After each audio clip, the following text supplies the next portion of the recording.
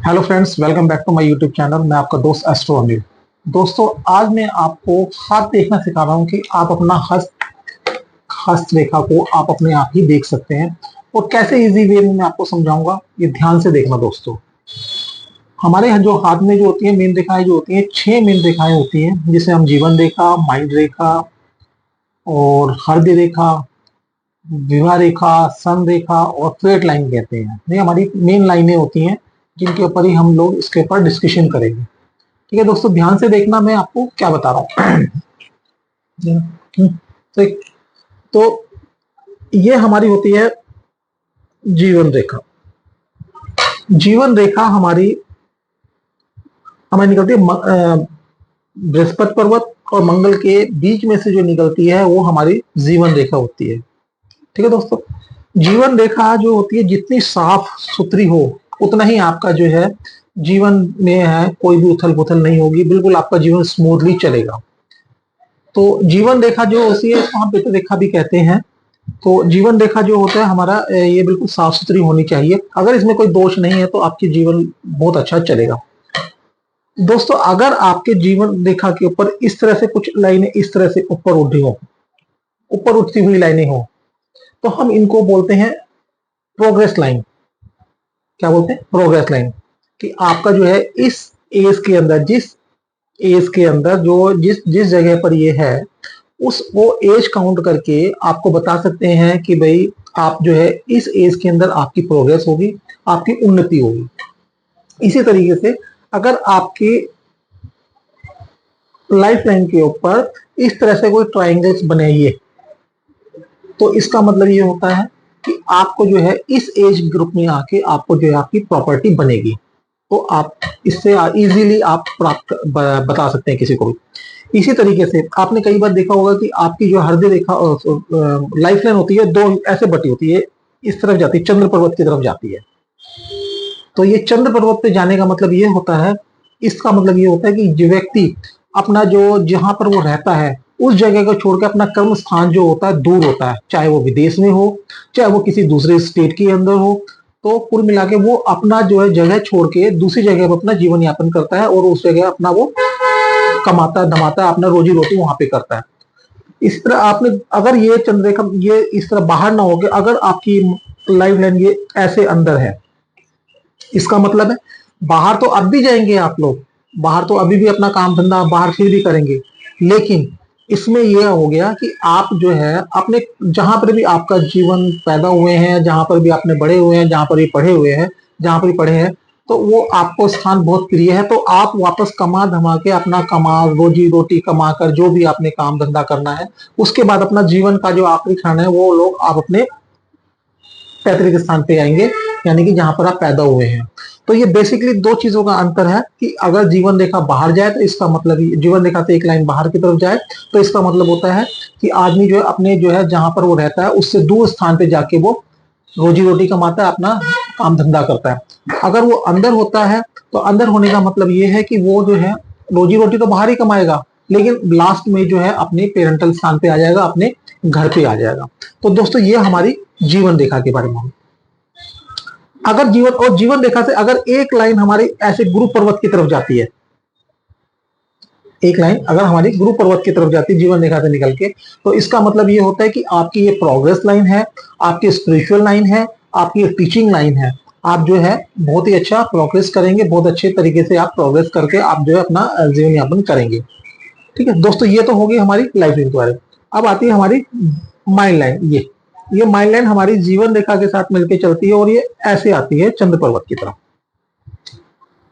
Mind line हमारी जो है ऐसे निकलती है और चंद्र पर्वत के साथ आती है। तो इसका मतलब ये होता है कि जो इस तरह के जो आदमी होते हैं वो बहुत इमोशनल होते हैं, अपना डिसीजन लेते हैं तो डिसीजन भी इस तरीके से लेते हैं किसी को कोई प्रॉब्लम ना हो, किसी को कोई दुख ना हो। जीवन रेखा जितनी माइंड लाइन जितनी लंबी होगी और जितनी झुकी हुई होगी, आदमी जो है अपने निर्णय पर उतना ही अडिग रहेगा। ठीक है, वो अपने निर्णय पर उतना अडिग रहेगा, उतना ही बोल्ड के साथ बोल्डनेस डिसीजन लेगा, अच्छे तरीके से डिसीजन लेगा वो। कई बार आपने देखा होगा कि जो माइंड लाइन जो है हमारी जीवन रेखा से थोड़ा दूर झट के चलती है, ऐसे ऐसे सीधी होती है वो, कई लोगों की लाइन सीधी होती है। तो इसका मतलब ये होता है कि जो माइंड लाइन और लाइफ लाइन के जो बीच में जो गैप होता है, अगर माइंड लाइन के साथ ये मिलके नहीं, लाइफ लाइन के साथ अगर मिलके नहीं चल रही है माइंड लाइन, तो इसका मतलब होता है इस तरह के जो लोग होते हैं वो आजाद विचारों के होते हैं, इंडिपेंडेंट होते हैं। वो जो करते हैं वो किसी से राय नहीं लेते, अपना ही मन का करते हैं, थोड़ा सा एडमेंट होते हैं, थोड़े जिद्दी स्वभाव के होते हैं। और जिनकी लाइन बिल्कुल सीधी होती है, ये ऐसे और मिलके भी ना चले, तो इसका मतलब ये होता है कि ऐसे जो लोग होते हैं बहुत ही जिद्दी स्वभाव के होते हैं, एडमेंट होते हैं, और जो एक बार जो डिसीजन ले लिया वो डिसीजन बिल्कुल स्टेट फॉरवर्ड होता है, उनका डिसीजन बिल्कुल सीधा साधा होता है कि उनको यस और नो का कोई मतलब नहीं होता। क्योंकि इनके अंदर जो है ना, ये चंद्र की तरफ हमारी झुकी नहीं होती, तो ये इमोशनल होके काम नहीं करते, जब अपने दिमाग से काम करते हैं। इस तरह के लोग जो होते हैं बिल्कुल दिमाग से काम करते हैं।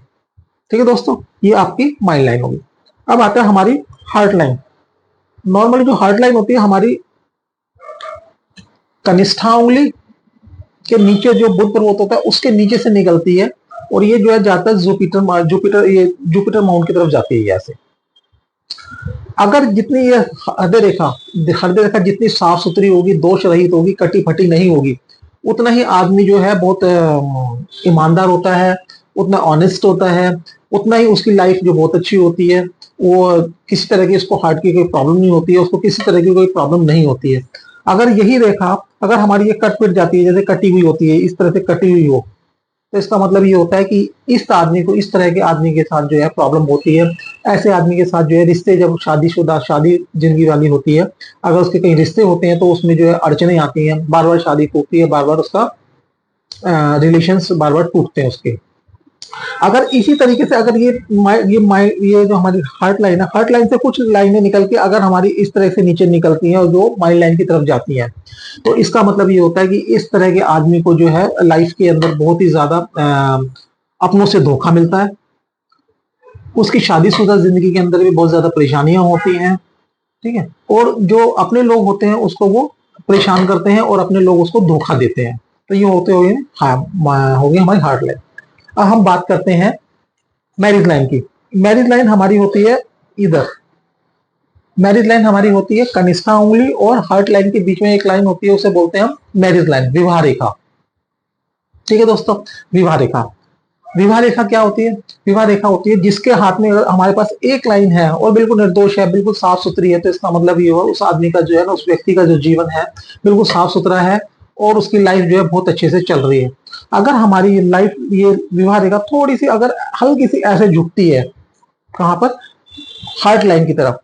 अगर हार्ट लाइन की तरफ अगर ये हमारी विवाह रेखा झुकती है, तो इसका मतलब ये होता है कि उनके घर में थोड़ा सा आपस में जो कपल्स होते हैं, कपल्स के अंदर थोड़ी सी आपस में जो है डिस्प्यूट है, थोड़ा सा अलग जो है वो मतभेद है, मतभेद नहीं, मनभेद है, मतलब थोड़ा बहुत जो है उनका आपस में जो है मन नहीं मिल रहा।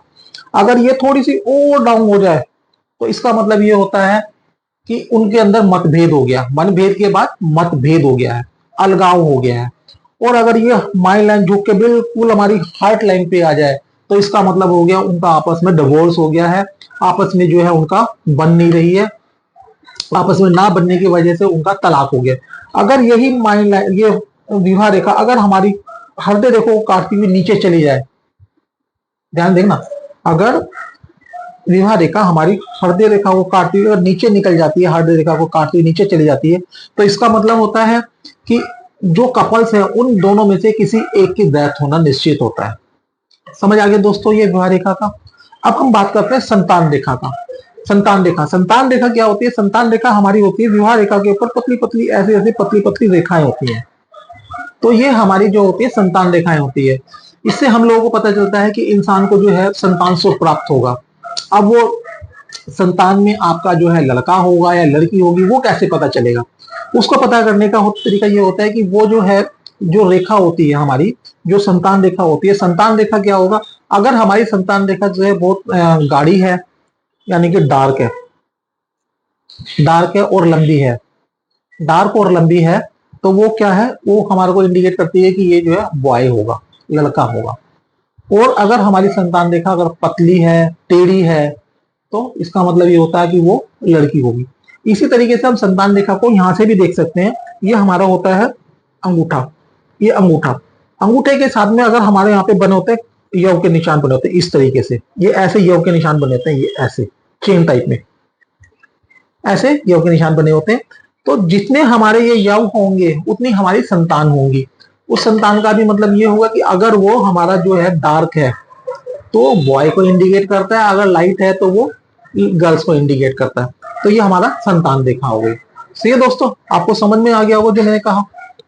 अब हम बात करते हैं ट्रेवल रेखा की। ट्रेवल रेखा हमारी जो होती है क्या, यात्रा रेखा जिसे होती है। यात्रा रेखा हमारी कहाँ होती है, वो हमारी चंद्र पर होती है, ऐसे निकलती है ऐसे। ये हमारी यात्रा रेखा कहते हैं इसको, ये यात्रा रेखा होती है। तो यात्रा रेखा का मतलब ये होगा जितनी हमारी छोटी रेखाएं होंगी हमारे, इसका मतलब ये होगा कि हम लोग जो है उतनी ही छोटी यात्रा करेंगे।